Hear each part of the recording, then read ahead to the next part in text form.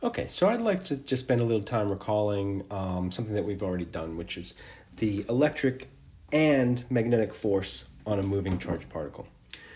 So let me just remind you of the electric force. The electric force on a charged particle, guess I shouldn't have to remind you. You should know the electric force on a charged particle is, in general, the electric force is the is the charge, if we want to know the force on a particle, multiplied by the field that is applied to the particle. So the force on a charged particle is the charge of the particle times the field that the particle is in. So that's a general equation, and a lot of you make the mistake of generally, regardless of what situation it is writing this. And this is a special case for 2-point charges, right? So that's a special case equation. This is the general equation for a point charge particle or a test charge in a field E, any field E. And if the field E is another point charge, then indeed it is KQQ over R squared. But if it's some other kind of field, it's just QE. We've looked at different kinds of fields, and one is we have spent some time looking at the force of the force on a charged particle in a constant field. So how do we get a constant field? Again, this is review of electricity. This is going back to electricity. How do you get a constant field? I've got a messy drawing here of a situation where we have approximately a constant field. This is the electric field. Remember, electric field points from positive charges to negative charges. And we can get a constant electric field when you have a sheet of charge. Or sometimes known as a sheep of charge, but a sheet of charge. And so near the surface of that sheet or away from the edges of that sheet, that field is approximately constant. Near the edges, we always say, ignore the edges. Near the edges, the field tends to bulge out a little bit. And that's an important thing to understand, that it's not constant near the edges, but it is constant within the sheet. And if you have two sheets of charges, it's a stronger constant field. And now we've got a defined region by those two sheets. So we can create two sheets of charge by putting a potential difference, delta V, across those two sheets like this. And it's like a capacitor, and it is a capacitor, but we're just trying to find a region where there's a constant field. So if I now put a charged particle in here, whether it's moving or not, let me put a charged particle, a test charge, right, which is a point charge particle. A point charge particle Q is going to feel a force. If it's a positive charge, it's going to feel a downward force, F equals QE. And then, hold on. And then if it's a negative charge, it feels a force opposite the field. So the field is the electric field direction is the direction that a positive charge would feel a force. So that means that if you look at the equation, F equals QE, the electric force, if Q is a negative, then F points in the opposite direction of E. Okay, so we did spend a fair amount of time, and although there was some disagreement in class at one point, but we did spend a fair amount of time discussing what happens if you have a moving charge in the electric field. Again, we're not to magnetic fields yet, but let me talk about if a moving charge goes into that electric field. Well, the moving charge is going to have a horizontal velocity, but it's going to feel a deflection in the downward direction. So it is exactly the same motion as a mass in a gravitational field, right? It's going to be parabolic motion. It's going to move downwards, and we can analyze this motion if we're interested in the motion using kinematics by setting F equals ma, and then using just regular constant acceleration kinematics, just like we did for the gravitational field. Okay, so we understand that we can deflect charges using electric fields. But in addition, now we also know that we can, sorry, my headphones keep falling out. We also know that we can exert forces on charges, moving charges with magnetic fields, right? With a magnetic field, we are not going to exert forces on stationary charges, no forces due to magnetic fields, but we are going to exert forces on moving charges. So when we have that moving charge deflect, we can do the same thing by sending it through a magnetic field. So I don't think we ever talked about how we create a constant magnetic field, like we just discussed how you create the constant electric field. But let's just pretend you have a constant magnetic field in space. And just a reminder that if you have a stationary charge, the guy in the middle, if you have a stationary charge, it doesn't feel a force because it's not moving, and a stationary charge does not feel magnetic forces. Whereas the moving charge, this one, when we send it into the magnetic field, will feel a force. It'll feel a magnetic force, and we've written down that magnetic force. The magnetic force is FB, and it's got a different form, a slightly different form than the electric force, right? Remember, the electric force is Q times E. The magnetic force is QV cross B. So what is the motion of a moving charged particle in a constant magnetic field? We have discussed this before, and we found that the motion is a circle. And it's a circle because the easiest way to see it is the cross product, is that the force must be perpendicular to the velocity at all times, because that's what the cross product tells you. V crossed with any vector is going to be perpendicular to V. So F is perpendicular to V and B. And so when we send this moving charge into this magnetic field, the moving charge will, let's see if I can draw a picture of it. It's going to, well, because I drew the magnetic field going down, what it's going to do is it's going to circulate. I should have drawn the magnetic field into or out of the page, because it's going to circulate around the field lines. In 3 dimensions, what it's going to do is it's going to come in here and it's going to go around the field lines. That's not in the plane of the page. That's in 3 dimensions. It's going around the field lines. So let me redraw this picture on a new page. So again, let me reiterate that this was meant to be a 3-dimensional picture. So it's hard to tell what's coming in and out of the page and what's going up and down the page. But in 2 dimensions, now this is a 2-dimensional picture where the magnetic field is going into the page. So if I send a charge with a velocity v into this region of constant magnetic field, the charge is going to go in a circle. It's not going to go in parabolic motion. It's going to go in circular motion in that field. So now now that circular motion is always perpendicular to both the magnetic field and the magnetic field and the velocity. And this is, let me write this down again, FB equals QV cross B. And as a reminder, you could go ahead and say, okay, that because we know it's going in a circle because of V cross B, then if that's the only force on it, the net force is mv squared over r, and you could figure out what the radius of that circle would be, because V cross B is just VB sine theta. Theta is 90 degrees, so this would be QVB sine theta equals mv squared over r, and let me just, again, this is like saying F equals ma, right? It's Newton's second law, F equals ma. And so we could figure out the radius of the circle from that. The angle between V and B, in this case, is 90 degrees. So it'd just be QVB equals mv squared over r. Okay, but anyway, that's just an aside. That tells you about how you can figure out the radius of this circle that it would go in. So again, that's like analysis of, when we did analysis of this problem using Newton's second law, and then you could use kinematics to figure out that it goes in the parabolic motion.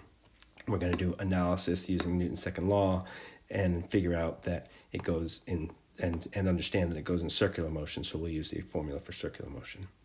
Okay, but what I do want to point out is that if there's a magnetic field, a moving charge feels a magnetic force. If there's an electric field, any charge feels an electric force. So we can talk about the electromagnetic force. There was something I forgot. But anyway, let me just go on. We can talk about the electromagnetic force, and it's called the Lorentz Force. There's nothing new here, actually, but it is called the Lorentz Force, and that is the electromagnetic force. The electromagnetic force on a charged particle is simply QE plus QV cross B. So all we're saying is that if there's an electric field, it feels an electric force, QE. If there's a magnetic field, it feels a magnetic force, QV cross B. If there's both, it feels both. Right? It doesn't feel one or the other, it feels both. This is true for any charge in any field. Right? So if it's not moving, it's only going to feel this force. If it is moving, it's going to feel both forces. If there's not an electric field, it's only going to feel this force. If it's not a magnetic field, it's only going to feel this force. If there's both a magnetic field and electric field and it's moving, it's going to feel both forces. So this is the most general force on a charge in an electromagnetic field. Electromagnetic field just means electric field and or magnetic field. So this is the net force on a point charge or a test charge in any arbitrary electromagnetic field, which is just a field made up of electric fields and or magnetic fields. Okay, so let me go back to before I finish up with the Lorentz force, which is just a general equation that we can use in any situation that we've already used. Let me talk about this. How do we create a constant magnetic field? We're going to get to this. It's going to be easier to talk about when we get to Ampere's law, but let me just tell you how we actually generate a constant magnetic field. What generates a constant magnetic field is a coil of wire or a solenoid. That's why solenoids come up so much. And what we find is that in the inside of a solenoid, in the inside of a coil, it generates a pretty constant magnetic field. Not only that, but it generates a pretty constant magnetic field for a little ways outside of it. So the way we create a constant magnetic field is to put a coil of wire up here. And then just like with the electric field, put another coil of wire down here, right? Those two coils don't have to be connected. There can be a space between them, just like the capacitor plates in the electric field. So we have a coil of wire up there, and we got a coil of wire down here. They can have the same or different power supplies. It doesn't matter. Actually, probably, well, we want to set them at the... It doesn't really matter, actually. And those coils will approximate a constant magnetic field in the space between them. As long as the separation of the coils here, this separation D, is not bigger than like approximately the radius R, right? As long as D is equal to or smaller than R, D doesn't have to be a lot smaller than R. As long as D isn't really bigger than R, this approximates a good constant magnetic field. So it's two coils of wire. Two coils of wire. Two coils of wire separated like this is called a Helmholtz coil. Helmholtz coil. A Helmholtz coil. That's just two coils of wire that are separated by a distance D that's approximately equal to R. There's probably some better definitions out there, but it doesn't matter how far it's separated, just as long as D is not big compared to R. But that's a Helmholtz coil. And so a Helmholtz coil gives you a constant magnetic field between the two coils. And then again, typically it doesn't really matter. I guess for calculation's sake, it makes the most sense to put the same power supply across both once we get to that point. But it doesn't matter what the current is in one or the other. The two fields add up and give you a constant field between. Okay, so let me come back to the Lorentz force. So with the Lorentz force, we can have a there's nothing new here. It is absolutely the same force that we've been talking about before. Is just the electric force and the magnetic force just added up into one equation in case you have both electric fields and magnetic fields. So let's just talk about a not unusual setup for electric and magnetic fields. And this is actually related to, as well, a historical discovery of the electron. J.J. Thomson, in the late 1800s, discovered the electron. He discovered the electron sort of by accident, in the way that many scientists discover things, that he saw something that wasn't understood and then realized that it could be interesting and started studying the properties of it. And what he saw was particles. He had these invisible particles that he could detect, that he could create and detect. And so these invisible particles which he could create with I think it was an anode, but anyway, with what's now known as an electron gun by having a filament, basically a hot filament, and then he would accelerate these particles, which he could tell were charged. He would accelerate those particles into a electric and magnetic field, and he used electric and magnetic fields to explore the properties of these particles. And he found that no matter how he created the particles with a hot filament, I'm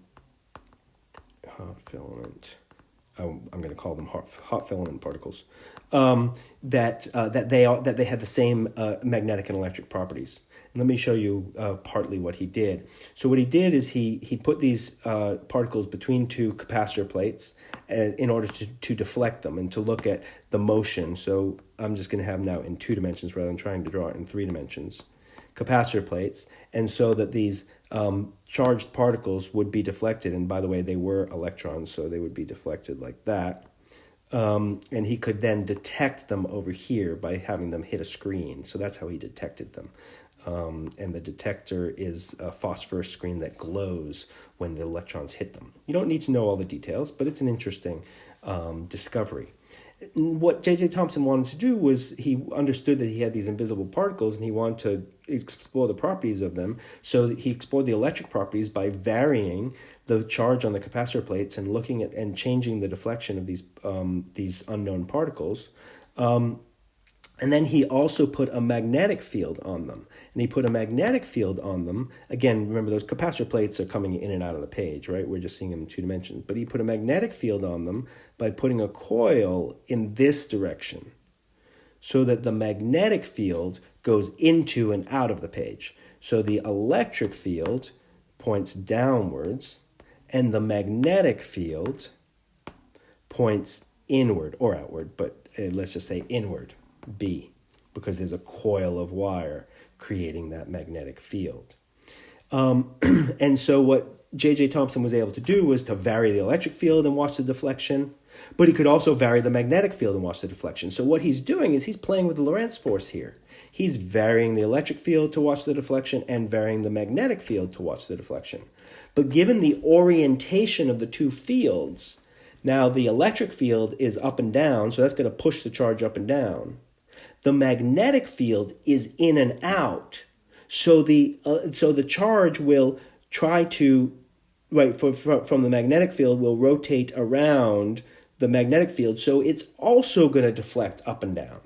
So it's because the charged particle, I guess I should draw the motion of the charged particle, because the charged particle will be deflected by the magnetic field in a circular direction, and the magnetic field is in or out of the page, then the deflection by the magnetic field, depending on the orientation of the magnetic field, is also up or down, just like the deflection of the electric field is up or down depending on which plate is positive and which plate is negative. So what J.J. Thomson was able to do was he was able to measure some properties of this electron by measuring the deflection under different conditions of electric and magnetic field. But one of the things that J.J. Thomson needed to do was to actually measure the velocity of these particles, or measure the initial velocity of these particles. Let's give them an initial velocity v0.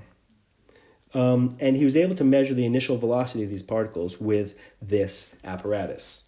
And once he was able to measure the initial velocity, he could then use pretty straightforward Newton's second law and kinematics in order to measure the mass and charge of these particles and find out that they were a new particle that hadn't been measured before. Hence, discovery of the electron. About I believe it was 1897, but it was around in the 1890s.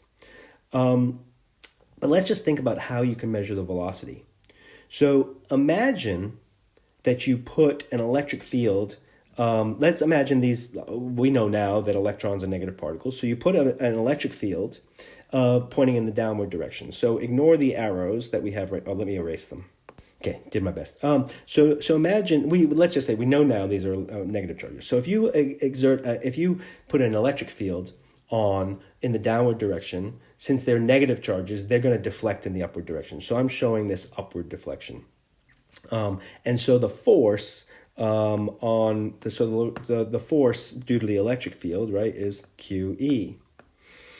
or it's QE in the upward direction. That's the electric force. Now imagine that we put a magnetic field into the page. And if we put a magnetic field into the page, which is the blue into the page arrow with the B, and we've got a moving charge which is moving to the right, and that the magnetic, this was FE, and the magnetic force is QV cross B. But because V is to the right and B is in, V cross B points upwards, but because it's a negative charge, the Q, the magnetic force points downwards.